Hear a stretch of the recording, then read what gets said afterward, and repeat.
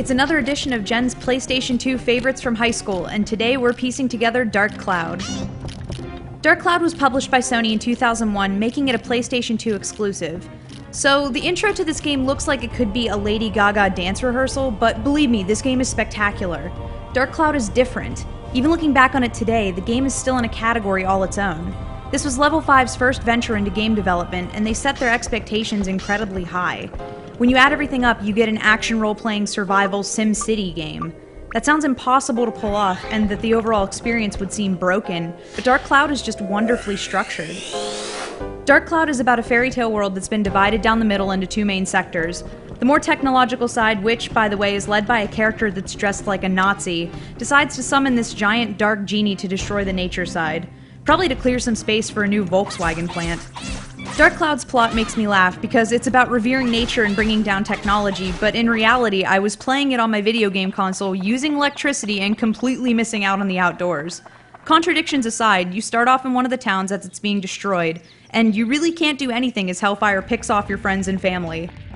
Luckily, there's a fairy king who manages to preserve every aspect of what was blown to itty-bitty bits and stores them in spheres that you will later search for in dungeons. I don't think you can be a distinguished king with the title of fairy, and I now know why Zelda consistently took it to the female gender. While playing Dark Cloud, you have a lot to think about. Your weapon has HP and it'll break when it reaches 0, you have to replenish water to keep from being dehydrated. It's hack and slash, but in a more complex sense. After years of newer games coddling me, providing me with an unending supply of health and promising me that other games out there aren't really as hard as I remember, I think I've gone soft. I feel like a video game training montage is in my near future. One cheap trick they use to keep you from just rushing past every enemy and opening chests like a sly thief is that progression to the next level of the dungeon is dependent on finding a key hidden in one of the many monsters.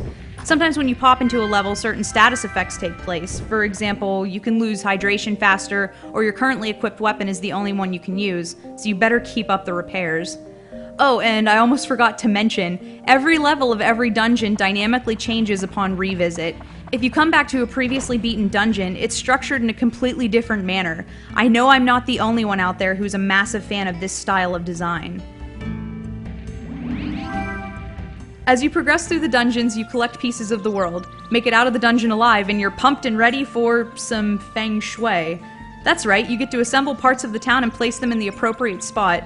Each structure requires you to collect specific pieces for completion. It sounds tedious, I know, and I'm sure there are people out there who absolutely abhor Dark Cloud for forcing them to optimize each village's layout, but it's all in the spirit of the game. You're literally putting the world back together. I personally quite enjoyed it, but I know not everyone has a penchant for organization like I do. The idea of taking some time from destroying monsters to reposition a windmill in the perfect spot is quietly satisfying. Each townsfolk has their own idea of what should go where, and there's a way to satisfy everybody, but that requires a little deductive reasoning.